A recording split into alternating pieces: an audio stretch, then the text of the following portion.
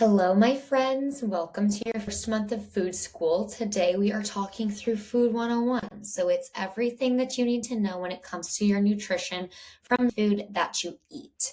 Now, if you've chatted with me a little bit in the past, you know that I love this fitness in 100 words, and I only clipped the beginning of it for you. But let's just start this off with a little bit of a reminder. So, the whole premise of eating for your health and wellness is to eat meats and veggies, nuts and seeds, some fruit, little starch, and no sugar. Keep intake to levels that will support exercise but not body fat. That's it, right? Oh, easier said than done. There's a whole bunch after this when it comes to your fitness, but let's just keep it at the food for now. And ideally, the bigger the words, the more important they are to incorporate into your diet. So obviously, it's from most to least. Now, in a perfect world, we could attain this, but obviously, we want to give some wiggle space there. So keep that in mind as we go through this.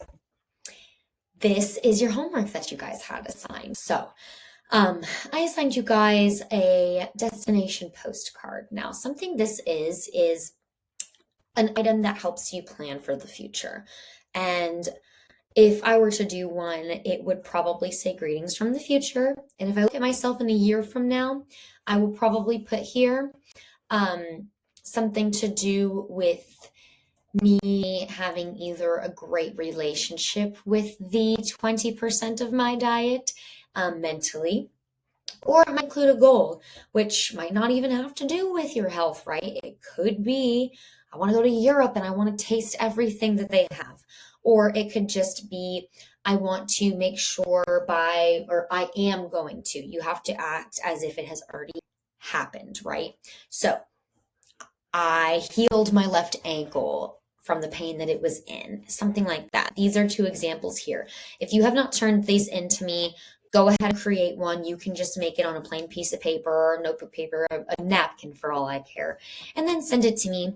If you are taking this course throughout the 12 months together with me, you can just turn this in within the month of November. But if you're watching this a little bit down the road and you're just taking this at a self-paced level, just turn that into me whenever you're done with this module. All right. Just a little reminder. I have a pop quiz. There are 3 macronutrients that we eat every single day. Those are the only 3 macronutrients that is made up within your food. Macronutrients, that word is interchangeable. Those are protein, carbs, and fats. Not to be confused, fats, a lot of people sometimes confuse fats with the fats in your body. That's different. This is fat you are eating. The fat in your body is different. It's not the same fat you're consuming. Things can get converted into fat. So we'll talk about that one day. But right now we're just doing baseline, right? Something really important to know about food is we are meant to eat mostly whole foods, but as we evolve as a species, we get a little bit more closer to the tech side of things, right? Things get a lot more processed, and that's just what happens when there's more people on the planet and things need to go through a certain process to get to us. Anything is processed. The chicken you eat is processed. I can't just go in my backyard and grab a local chicken and butcher it myself and then eat it. It is processed. It is from a farm that then butchers them, processes them, packages them, and then gives them to me. So there are different degrees of this. I want you to keep that in mind as we go through this, because a lot of the times people say just eliminate all processed foods, but that's not the case. Everything is processed at a certain extent. So here's a little visual just to show you the process of an almond, right? We can go all the way from an almond that is just growing on a tree, not even ripe yet, to being ripe, ready to pick, being picked, unsalted. This one's organic and salted, but then they can milk almonds, and put additives in them. They can mill almonds instead and go from here to here, make it into a flour. It's a little higher in fats. Or you can take that almond flour and then put it into an almond cake, right? There are so many degrees, but ideally, we live a lot in this realm. This is just plain almonds and water, almonds, maybe some salt, roasted almonds, stuff like that, right? We don't eat almond cake every single day, but we might have a handful of almonds every day. So hopefully that makes a little bit more sense when we talk in whole foods perspective. So let's talk a little bit about ingredients, you guys. Ingredients are always listed in descending order by weight when you buy something that is packaged. If sugar or unhealthy fats are among the first few ingredients, it might not be the healthiest choice to make a bulk of your meal surrounding whatever the item may be. Example, Toll House cookie dough. You really don't want that to be your main dish at lunch, right? Common sense here. But the key is balance. So some Oreos here and there won't kill you, like I always say, but learning that is totally another thing mentally. So one day we will talk about the mental aspect of that, but right now you just need a baseline of knowledge when it comes to what to eat. And most of the time, note that most whole foods might not even have a label. Think of picking up a mango at the store. There's no nutrition label on that. It has nutrition facts. Don't get me wrong. There's sugars in there, carbs, which are sugars, carbs interchangeable. And there might be sometimes protein in things. Sometimes we get maybe some beef jerky from the local farmer's market. That doesn't have a nutrition label on it, but it does have protein, fats, and carbs to a certain extent in there, right? So, however, most of the time, things that don't have labels, nutrition labels on them, those are the most whole food-esque because those are a little bit closer to the earth. Then as we get farther away from it, they start to get things in it that we really don't know how to read. So if you don't know how to read something in a label, maybe pick a healthier option of peanut butter. We'll talk about that in a little bit that has ingredients that you can read all of. Peanut butter. Here we go. I knew I put that in here. This is a great example. This one's Jiffy, and this one is Crazy Richard, which is not so crazy after all, right? When we look here, the ingredients on this Crazy Richard peanut butter is just peanuts. But when we look here at the Jiffy one, the ingredients are, roasted peanuts. Second ingredient is sugar, though. Why do they need to do that? And then hydrogenated vegetable oil, which is cottonseed, soybean, and rapeseed oil, which they say here in the ingredient list to prevent separation. And then salt. You don't need to prevent separation in peanut butter. You can turn this jar over and it'll overnight not be separated anymore. So if you go in and do a little pantry audit in your own home, I really recommend you go ahead and swap things that are easy to swap like this. If you see oils of this sort, anything oil to prevent separation, I will talk about oils soon with you guys, but that kind of stuff, maybe swap out for something that doesn't have that. If you feel like it's something that doesn't even need that in it, that's a great task to do this weekend. This is another example that I like to use because sometimes, okay, this one has a billion ingredients in it. This one only has 3. Some people don't like the way this tastes though, so they stick with this.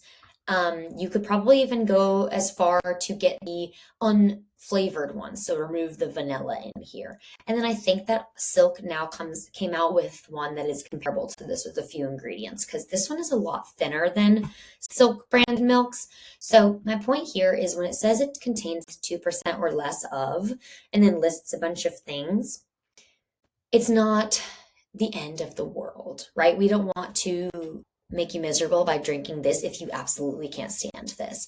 It's just about knowledge and knowing what these things are. So another thing that I challenge you to do is look up what these items are. The reason this one tastes better is because there is a little bit of canola oil that they put in here. That's why there's some fats like this.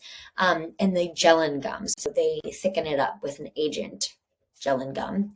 And then a lot of the other preservatives. So we don't necessarily need those. If you want to challenge yourself, you can go ahead and try to get used to a different type. There's a million different kinds of almond milks, for example. You can just read the ingredients. If they look really clean and you're like, oh, I know exactly what that is, buy it and try it and you might like it.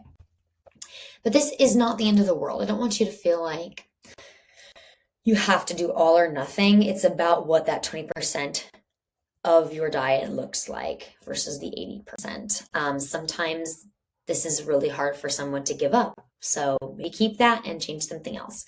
Just because it has 2%, at least this canola oil isn't the first ingredient. It's not like 30 grams of fat, meaning olive oil. All right. Now that we've covered ingredients and whole foods, let's talk a little bit about portion sizing when you have a meal. These are great because these are personalized to you. Your hand is your body size, right? My hand looks different than my boyfriend's hand. His is a lot larger than mine. He's a larger human. So just keep that in mind. I like to use these. They never change for me and for what I teach. Protein, we use the palm of your hand. Vegetables, using your fist. Carbs, cup your hand. Fats, thumb it. Pat of butter, little dollop of olive oil, think of it like that. Now you might say, okay, Haley, but like how many of each of these do I eat at each meal? And that's where the next slides come in. Well, I'll show you the next slide first. That's where this comes in. So basically, for each meal, you can begin somewhere, start somewhere, right? Maybe it's one of each of these to start with when you make breakfast, lunch, and dinner, just to see how that feels in your stomach. And then if you're like, okay, but I'm a male and I am super hungry at lunch or dinner after you work out, that's cool. Let's adjust it to 2 palms of protein. There are just guidance down here that I'll have you read on your own time because you'll get to go back through this PowerPoint presentation. But this is a starting point. And this is going to be some homework that you have to do. But I will write down your homework after this. Let's go back to this one. And then you might think, well, how much protein is in a palm-sized serving of protein? Boom, here's this. You can print this out too. 1 palm is about 20 to 30 grams. Remember, we don't need to be super accurate here. We just need to be ballpark all the time. So use this as your guide. You can print this out. There will be a handout for this as well. I will link for you guys. And I won't go through each one for you. This is really helpful if you have diabetes or if you're curious about diabetes. I won't read this to you. I won't bore you because I know a lot of you do not have diabetes. But if you do, please message me and just let me know they do, and we can chat through that. But basically, type 1 is autoimmune. Sometimes this is onset through childhood, but it can happen in adults too. It is a lifelong condition, and they have to manage it through insulin therapy. Type 2 happens in adults, and this is what you can actually give yourself, right? But to get to 2, you have to go through pre-diabetes. So you'll notice that sometimes when you see your doctor, they will let you know, oh, you're pre-diabetic, you need to lay off the carbs. Easier said than done, but yes, that is a serious thing to pay attention to, and we then need to talk together about the type of carbs you're eating in your diet. And then if you're as far as type 2, definitely message me because this can often be managed through your diet and exercise, but you might have to start on medications. However, sometimes people can forego that. You just have to consult myself and your doctor. This is a little bit about blood sugar that I really, really like, okay? A normal blood sugar spike happens after you eat when you eat something that is balanced, a balanced meal. And it does matter the order in which you eat your food on your plate. If I am eating, let's say, example number 1, if I'm eating only 4 Oreos, like that's my lunch today, screw it, I don't know, I'm just gonna do that. Your glucose is gonna go boom to the ceiling here. Then maybe like 2 or 3 hours later, if you don't have anything else in your system and that's what you ate and you just had breakfast a few hours before that, you are gonna go down here. And this is below baseline. You're going to go crazy. You're going to have cravings. You're going to feel cranky. You're going to be disgruntled. You're going to feel spastic, or you're going to crash and feel really tired. And that is a craving. That's what happens when you spike your glucose with something like 4 Oreos and that's it, right? Now, for example, if I instead for my lunch had, which is like over here, I'm getting kind of hungry, so I'm a little below baseline, but gradually, say I'm hungry for lunch and I eat Greek yogurt, some turkey meatballs with rice, and then 2 Oreos. And I eat them in that order. Your blood sugar will probably only go as high as right here. It will not make this giant spike because you've balanced it out. It is not freaking out and trying to figure out what to do with all that sugar because there's so much other stuff blunting the force of it. So it'll stop here.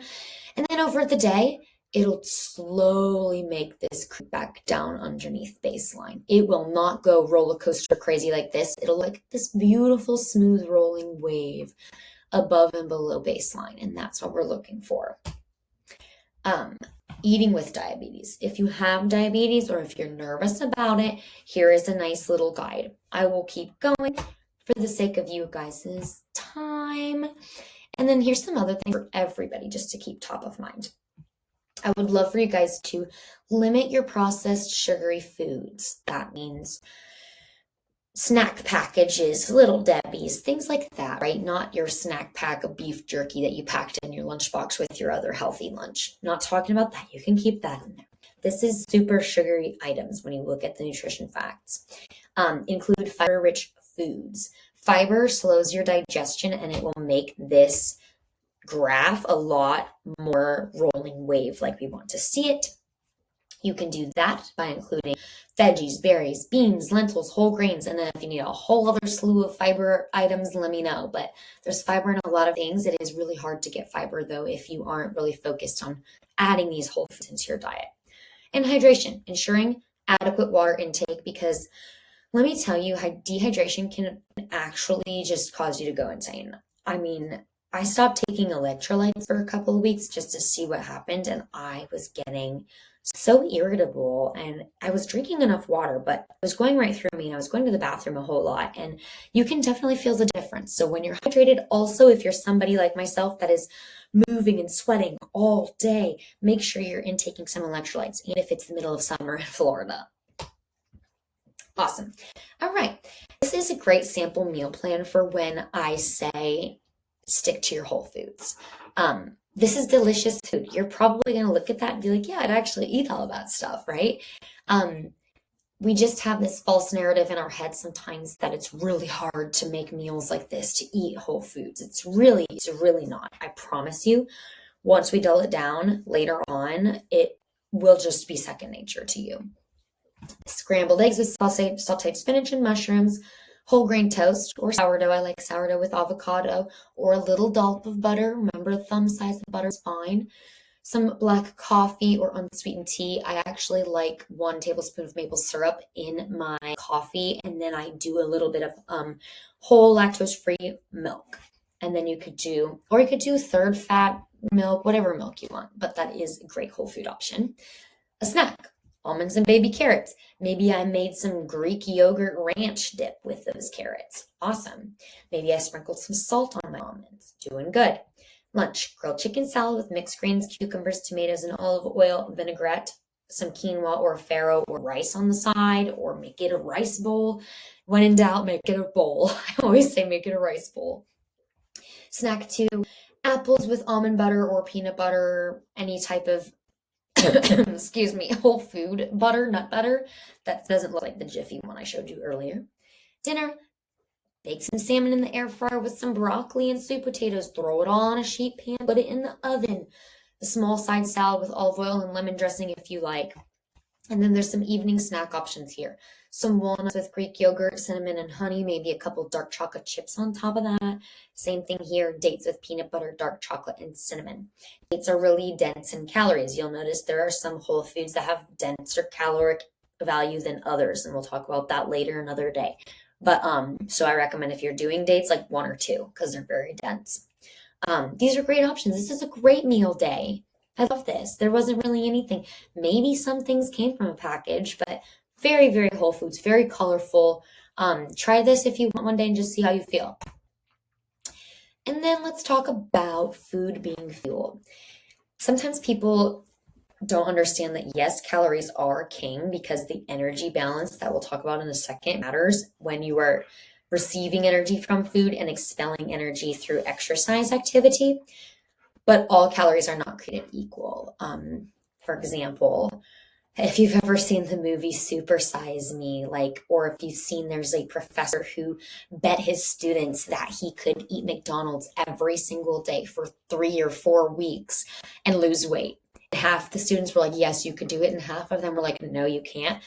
Spoiler alert, he did lose the weight because he stayed within his caloric metric, but he looked like crap, slept horribly, had big bags under his eyes, had no energy, just felt sluggish and horribly gross, didn't even have time to work out because he was so tired. He was trying to sleep so much. So if he were to do a little bit of a caloric deficit like that on a whole foods diet, he would have felt a lot better. And then the secondary, most important, macronutrients and fiber and the way that you split those things up in your day. Micronutrients and water, excuse me, there are so many micronutrients. It would take us forever to go through all of those. And then a lot of people say, oh, when should I eat this? When should I eat that? Well, we can't even focus on this yet until we focus on the bottom. And then last but not least, supplements. This is sometimes where people start, and I highly recommend this is where you end, okay? Supplements are not the answer to the bottom of the pyramid. We need to master this and work our way up the pyramid until we even talk about amplifying things with the supplements. This is what I talked about with energy. These are various things that factor into the energy that you put into your body. And then on the opposite side, we have the things that factor in the energy that you expel out of your body through burning energy while you're sleeping, even to working out, exercising, walking in the parking lot at the grocery store, things like that, to and from your car. And just a note again, not all calories are equal, but they do matter. The quantity matters. This is the way to figure out how many calories that you should eat per day. This is basically me teaching how to calculate your own macro split, which means how many protein, fats, and carbs you should eat through each day. That will equate to the amount of calories you're going to consume. I'm going to assign you guys some homework, and this is going to be to please do this. I guess we're going to call it an equation. But there's actually an easier equation on the next slide. So you can do both if you want, and then you're going to send both to me. So this is my simpler equation. There are two ways. You can do this method. This is the Mifflin-St. Jeor method. Yes, it's in centimeters and kilograms, and you have to convert things. It's a lot. This is how professionals like myself do it. Obviously, it's a metric system, so they're using commas instead of periods, but these are periods, dots. Do it this way if you want. And then, so you'll take this number that you get here, and then you'll multiply that number by one of the below, depending on how active you would classify yourself as. But if you're going to do this one, I like this one a lot better. This one is just a number system between 12 and 16 plus. So if you're like, oh, I'm somebody that wants to stay my same weight, but I want to see more muscle mass. Cool. We're going to calculate this number. Yeah, there's a range. I would highly recommend you start with the number 14. See what happens. Take your body weight by pounds, multiply that by 14. Boom, those will be your calories. And I'll tell you in a second how to get from the calories to the protein, fats, and carbs. There's an example down here of me doing both. I did the both here of a female that weighs 160 pounds. She's 5'4", 35 years old. So I used this to get the first one, about 1,887 calories per day. Now that's super specific, right? Then I did the simple method and I got 1920 calories per day. Cool. I'm going to take these two and divide it. And I'm just going to say, honestly, I'm going to eyeball it. Let's just say 1,900 calories per day if I were doing maintenance number. So if I am this person, let's call her Jan. If I'm Jan, I'm going to probably have to eat 1,900 calories a day, or at least start there, because we have to start somewhere. This is where all nutritionists that do macros start. We cannot just pick a number out of the blue. We have to do some math and get a ballpark idea. But then if I'm eating 1,900 calories per day and I start to lose weight drastically, that means I accidentally am eating too little, and we need to go back and maybe multiply by 16. Try again. Same thing goes if I'm accidentally gaining weight, then we maybe accidentally need to go back down and multiply by 12 and to stay at that weight. It's very personalized. These are two examples of two women who weigh the exact same, they're the same height, same age, and they have different caloric needs. This is Anne. She has never done a diet, and she usually eats like 1,800 calories. She could probably do a reverse diet, which means taking her calories up a notch, because she could use a little more when I do the math on the previous slides. But I'm going to do that slowly. I'm going to say, okay, you already good job. You know how many you're eating every day. Let's try to eat 1,900 calories for 2 weeks. We're going to see how that goes. She's going to track it in her little MyFitnessPal or Chronometer app, the Lose It app, any app that does macros, just to see. And then she'll probably lose a little bit of fat, actually, because she's a little bit better fueled. This is Jean, though. She is a yo-yo dieter. She does the soup diet, the cantaloupe diet, all those crazy diets, right? And she's only eating 1,300 calories a day. Okay. Her metabolism is probably so shot that it doesn't even know what to do if she gives it any extra calories. So we'll need to address that by slowly increasing her calories. So we are slowly increasing calories here, but very slowly, like 100. So I'll give her 1,400 calories, see what happens for 2 weeks. Go up and up and up, right? Just to get her to baseline. And then Anne, once we get her to eat a little bit more, so like if I got her eating like 1,900 to 2,000 calories per day really consistently, then we could probably take her calories back down a little bit, back to 1,800, and she'd probably shed a lot of fat. This person, I would not recommend we take her caloric intake down anytime soon within the next year. Like, no, she needs to eat more for like a year to get to where her metabolism is efficiently burning fuel. Because right now it's not. That's just an example. Here's another example. I won't go through, but this is Joe, and then this is just exactly the way I would do the math, right? He's eating this many, 2,000. He should be eating this, though, when I do the math. So since 2,000 is his current maintenance due to his metabolic adaptation and what he's used to eating, he wants to increase his metabolic capacity to stimulate greater energy and maximize his gym effort. So we need to add about 100 calories for about a week or two and have him stay there. And then we'll week or two from that, switch it to 2,200, and then I'll probably bump him up to 2,300. He probably won't gain weight. Everybody thinks that this makes people gain weight really fast. No, you have to do it slowly. Your body has to adapt. Don't step on the scale every single day. If you're doing something like this, it's going to be all over the place, willy-nilly, and it's not even going to make any sense. Step on the scale only after you get to this maintenance weight and you've been at it for like 4 weeks, then step on the scale. That will give you a really great indication of what you weigh, and I bet you your muscle's gone up. Some things to remember. If you're monitoring your intake for 3 to 5 days, this is the best indicator of your current maintenance than any other equation would ever be. So yeah, I can do all that math on those first 2 slides, but if you're somebody who is an athlete that you're not considering yourself an athlete, but you are, right? You're working out 7 days a week. Gosh, active recovery is that rest day. But you're only classifying yourself as, let's call you a lightly active. You are underestimating how much you should be eating. So sometimes those are just equations, and I just want to call out that they are not going to be perfect. It's just somewhere to start, but I want you to do them anyways and start there. And I would also say if you are going to monitor your intake for 3 to 5 days, definitely do 3 to 5 days during the week. Monitor those, and then also monitor 3 days on a weekend separately. Weekends always look different for people, and it's really good to see the comparison of both so that you can, make a plan for both during the week and after. And then number 2, to create change metabolically, you must increase and decrease things over time. You can't just do it in a day and then expect to lose a bunch of weight. It's going to take you a long time to see these metabolic changes in your system. That's why it takes a long time for people to see muscle growth. And it's like you don't even notice it until you're like 3 years in.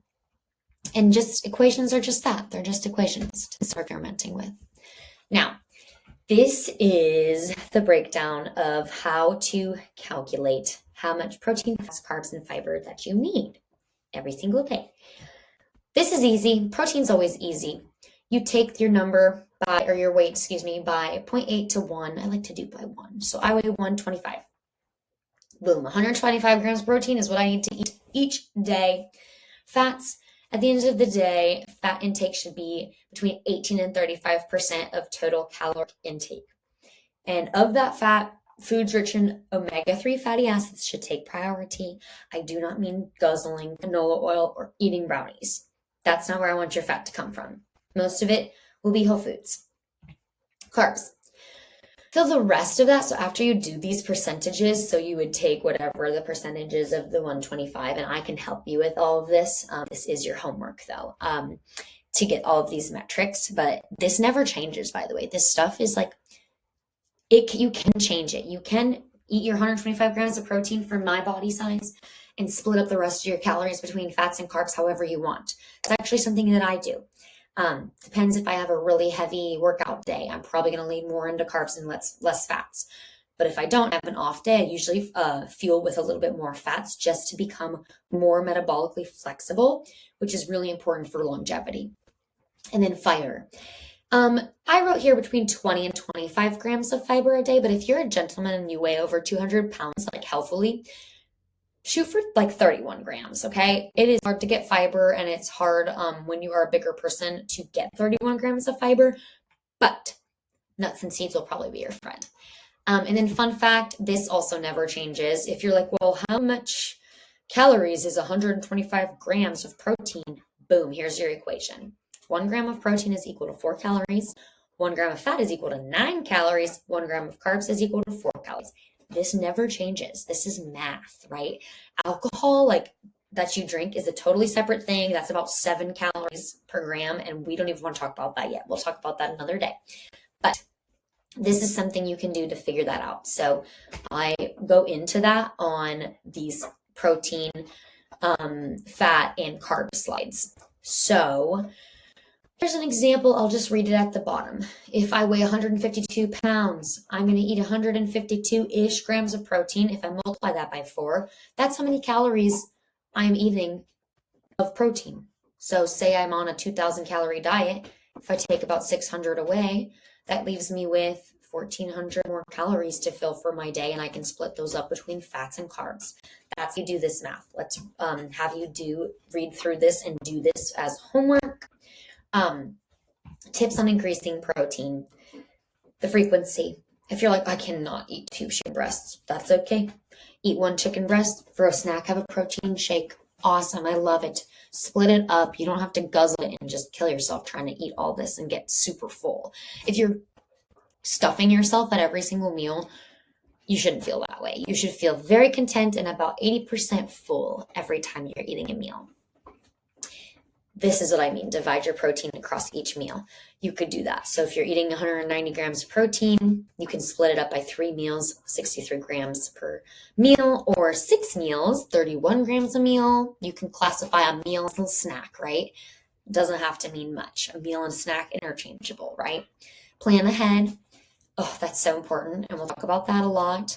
Eating leaner forms of protein can increase protein intake, but not your calories exponentially. So getting chicken breast instead of chicken thigh, changing the cut of ground beef you're getting. But if you're somebody who realizes they need to eat more fats, then lean more towards the chicken thighs. We will just personalize this as you go. You'll learn this after you start tracking for a little while. We're not going to track forever. We're going to track for a little bit. And then sneaking protein into meal snacks and beverages. Cottage cheese to your sauces, plain Greek yogurt, a sour cream or ranch dip. And then you can mix PB Fit into things. I like to make PB Fit and dip apples into it. That's like, if I have 2 servings, that's 16 extra grams of protein in my day of PB Fit. Awesome. And then if you're struggling with feeling really full, drinking your calories will make hitting your goals feel less heavy. That's why I say don't feel bad when you have to do the shakes. That is fine. I love a good protein shake as a snack throughout the day, especially when the day gets busy. Here's a fat example. Same thing. I took the 18 to 35% and I just multiplied it by 2,000 calories and I went backwards here. So I got this number from fats per day, and the way that I did the actual grams was dividing those 2 by 9. So I would start somewhere in between 60, 55, or 60 grams of fats per day. It's all just an eyeballed metric. And then here's how you would do your carbs. Alfred told me, this is a hypothetical person. Alfred told me that he prefers carbs over fats. So he wanted to split his macros up this way. This is the protein he's going to eat. We already talked about it. It's his body weight. But then he wants a little bit more carbs during the day than fats. That's cool. We're going to take 2,000, multiply it by 40%, which means move the decimal two places. 2,000 times 0.4 is 800 calories. Take those 800 calories, divide it by 4, 200 grams of carbs per day for Alfred. Awesome. If he's an active person too, this makes sense to me as an active male.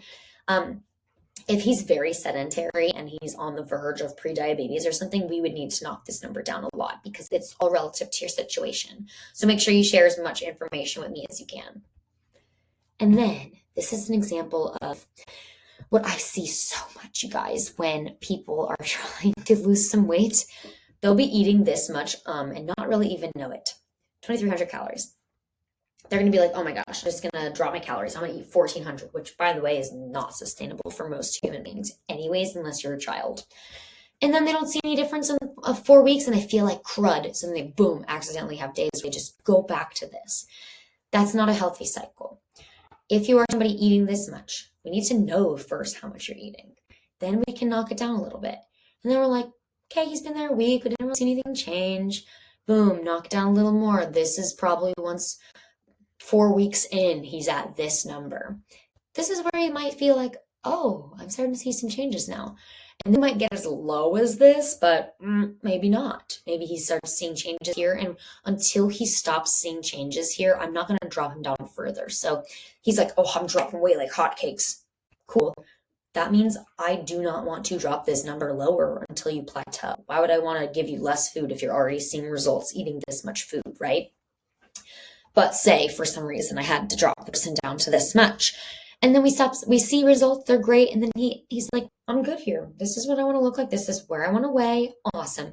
We're going to slowly get you back up to your maintenance because this was your maintenance and where you were at in a healthy way. And that doesn't mean he's going to gain the weight back. That just means you're going to slowly train your metabolism to be able to burn this fuel at the new body composition you're at and get back up to eating a sustainable amount of food, and you're going to feel really good.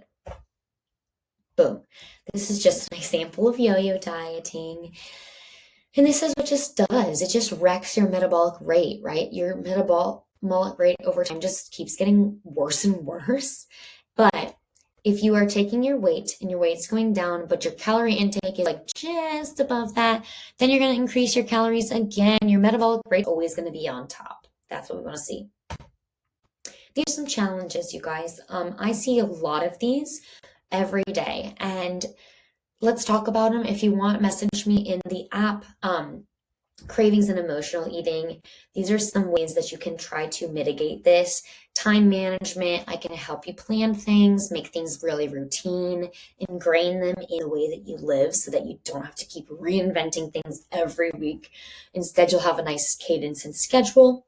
And then a lot of social situations, which we can totally set you up for success and confidence going into those situations if you do a little bit of pre-planning and forethought. So reach out to me if you're a little bit unsure of what to do here, and I can help you come up with a really solid plan that'll make you feel good inside and out. And that's it, you guys. If you have any questions, please reach out to me. Just to let you know, I'm going to message you each individually your homework, but if you're watching this and it's a recording and you're watching it like months down the road and stuff, just ping me and say, hey, I finished module 1, I finished food 101, what are my next steps? And I will send you your homework automated for you so that you can send it back to me. Your homework is going to be, I'll just tell it to you so you know, it's going to be creating your customized macros, calories and macro split using those calculations in the presentation. And then you're going to let me know what those are. And I'm going to double check your math. Then we're going to set you up on a macro tracking app of your choice. Could be MyFitnessPal, Chronometer, or Lose It. You're going to do that for 2 weeks. I just want to see. We'll talk individually about what that means for you, because I might say, ooh, I only want you to do it 3 days for you, or I want you to not do it at all for 3 days and just eat what you eat regularly and log it in there and just try not to hit any certain macros, see what you get. Just depends on who you are. So that's your homework for this week and the rest of November, or the month of November. If you're watching this on a recording, that's your homework for the next 4 weeks. And if you have any questions, let me know. I will talk to you next webinar. See you guys later.